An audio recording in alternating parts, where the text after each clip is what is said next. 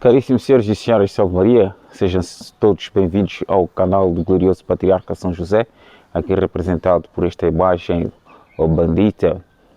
Hoje é um dia muito especial em que nós honramos de modo muito profundo este grande varão que deixou na face da terra um rastro luminoso.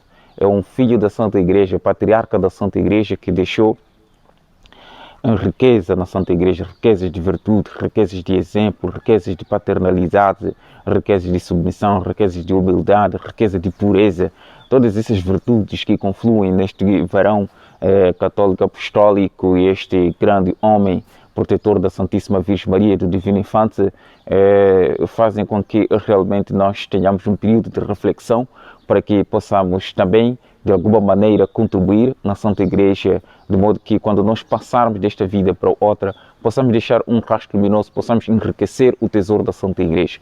Quando me refiro de enriquecer o tesouro da Santa Igreja, estou a dizer justamente a respeito daquilo que nós podemos deixar, de modo que os outros que vierem atrás de nós possam servir-se de exemplo como os santos fazem.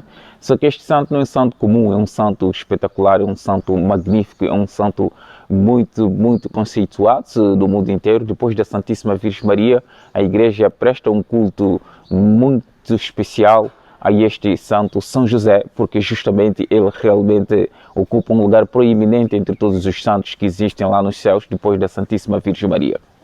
Bom, hoje vamos caracterizar um pouco as virtudes que estão inerentes no Evangelho de hoje, nesta festa em que nós comemoramos o glorioso patriarca São José.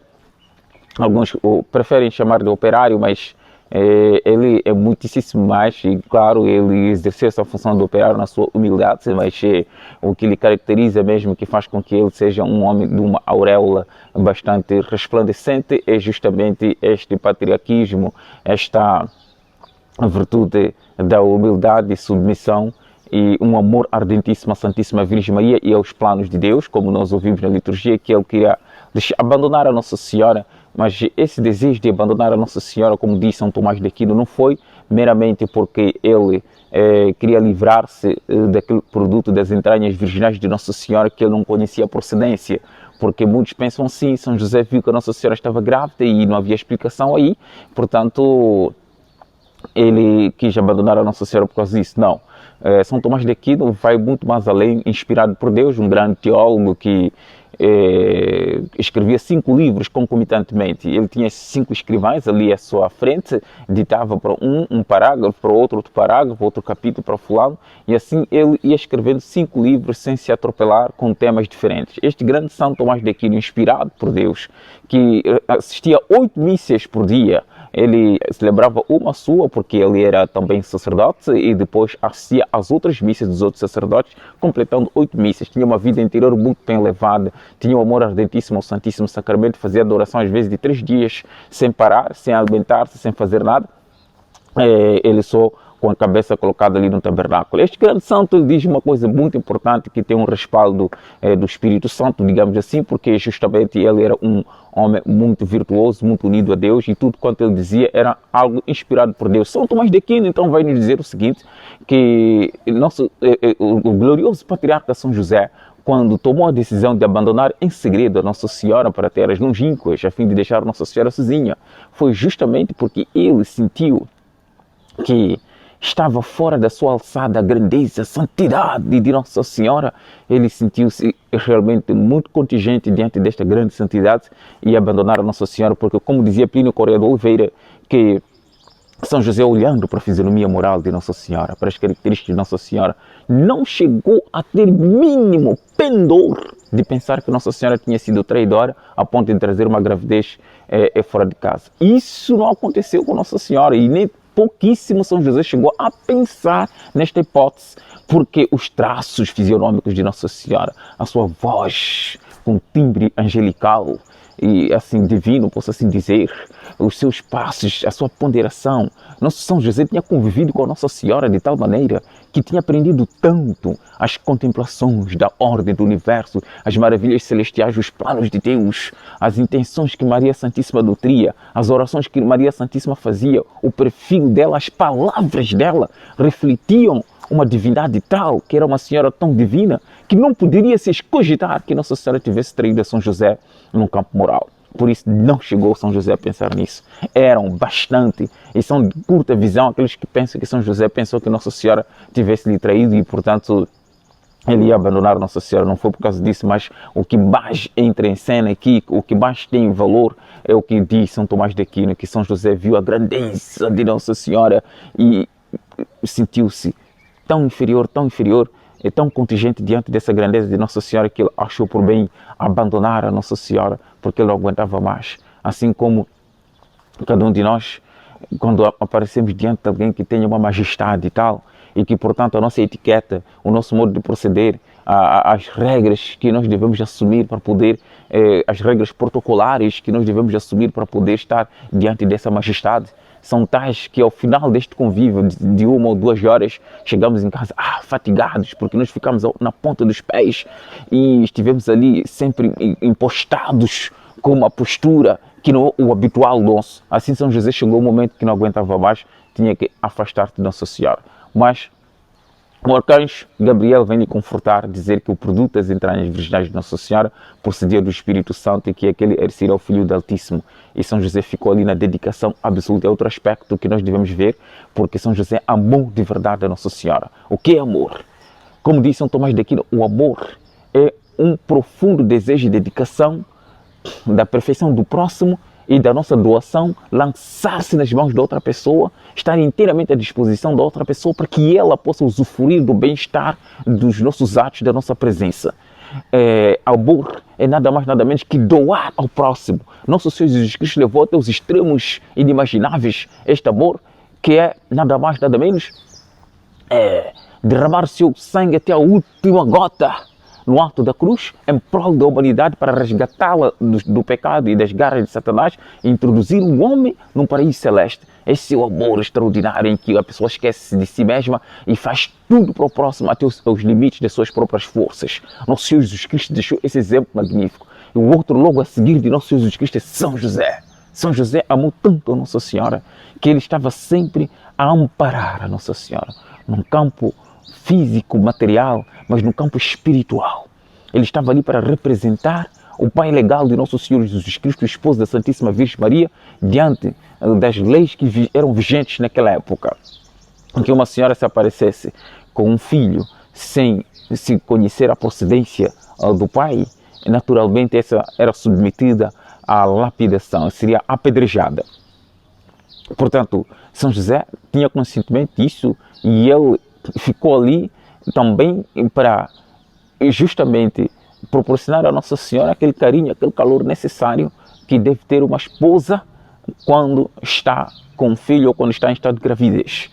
E São José ficava a rezar, a trabalhar para a Nossa Senhora, a nutrir, a alimentar, a obedecer a Nossa Senhora. É o primeiro dos devotos que existiu na face da terra da Santíssima Virgem Maria, depois de Nosso Senhor Jesus Cristo, que foi um grande devoto, que de tal maneira ele sentiu-se atraído pela Santíssima Virgem Maria, abandonou o reino dos céus, veio enclausurar-se num claustro puríssimo de Nossa Senhora. Depois disso é São José, que ficou atenta. Os olhares de São José estavam voltados para Nossa Senhora. Os seus pensamentos, as suas orações, as suas cogitações era fazer o melhor para amparar a Nossa Senhora, para que Nossa Senhora pudesse desenvolver a sua vocação, que era de nutrir, educar o divino infante, que era de realizar os altos desígnios de Deus Todo-Poderoso, tornar-se corredentora com Nosso Senhor Jesus Cristo para o resgate do gênero humano, dos caminhos, dos extravios da perdição. Pois bem, este grande amor deste glorioso patriarca São José e faz com que ele realmente deixe um traço luminoso para todos os esposos. Esposos, olhai para a vossa vocação. A vocação do esposo é tão grande, tão grandioso, porque ele recebe de Deus o dom da procriação, participa na ordem da criação, porque ele, como está dito no Gênesis capítulo 1, versículo 28, crescei e multiplicai-vos. E, como está dito também por apóstolo Paulo, mulheres, amai os vossos maridos. Maridos, amai as vossas esposas como Cristo Jesus, nosso Senhor, amou a sua esposa a Santa Igreja a ponto de derramar até a última gota de sangue por ela, a ponto de deixar-se crucificar na cruz por ela. Pois bem, esta intensidade de amor com que o homem deve manifestar a sua esposa encontra-se plenissimamente em São José. São José na fuga para o Egito, encontrando aquelas vicissitudes, aquelas agruras, os obstáculos, as intempéries, atravessando o deserto, aquela ventilação, aqueles ventos terríveis que erguiam uma poeira até a altura de 50 metros. São José estava ali para amparar a Nossa Senhora Divina Infante. Chegado no Egito, foi maltratado pelos egípcios que diziam que quando passaram por aqui os judeus, nós tivemos a desgraça de ver a sua retirada com a matança dos primogênitos de todos os egípcios. Portanto, tomemos cuidado com esse judeu que está aqui com sua esposa. Vamos maltratá-lo a ponto dele sozinho abandonar este país. São José não recebia a remuneração necessária depois de efetuar seus trabalhos para o povo egípcio. São José passava necessidade, às vezes voltava de tal maneira, sem nada nas mãos, lacrimejando, chorando diante de Maria, com todo o respeito e veneração que ele tinha, que ele nutria para com a Nossa Senhora, para dizer à Nossa Senhora, mulher, hoje não temos nada para alimentar, nem para dar ao nosso filho, não consegui nada. Era uma dor lacinante, que era como se fosse uma crucifixão de São José. Mas ele tinha essa dor, sofria, porque ele amava a Nossa Senhora, amava a vocação de Nossa Senhora e queria, de todos os modos possíveis, cuidar de Nossa Senhora, sem absolutamente buscar nenhum prazer para si, sem buscar nenhum benefício particular, sem buscar absolutamente nenhuma vantagem pessoal. São José estava única e exclusivamente para ver o desenvolvimento do trabalho, da missão e da vocação de Nossa Senhora, que era um amor tão mais ardente quanto este. E senhores e senhoras, vocês não encontram em São José um modelo perfeitíssimo de quem realmente agradou a Deus, quem fez um espetáculo durante os anos que ele viveu aqui na face da terra, realizou um espetáculo que os anjos em nenhum momento queriam perder uma só ocasião de contemplar esse espetáculo magnífico de sublimidade, de sacralidade, de sagrado, de belíssimo. Esse espetáculo realmente incomparável. Se o termo espetáculo existiu para designar coisas prodigiosas, maravilhosas, encantadoras, certamente Deus permitiu que esse vocábulo existisse para poder representar a vida de São José com a Nossa Senhora em Nazaré, no Egito, em todos os lugares, nas etapas da vida, da convivência matrimonial de Nossa Senhora com São José. Esse é o verdadeiro espetáculo. Quantas coisas nós não teríamos para dizer e quanto nós podemos tirar de exemplo deste grande, glorioso patriarca da Santa Igreja, porque ele nutriu a cabeça da Santa Igreja, Nosso Senhor Jesus Cristo.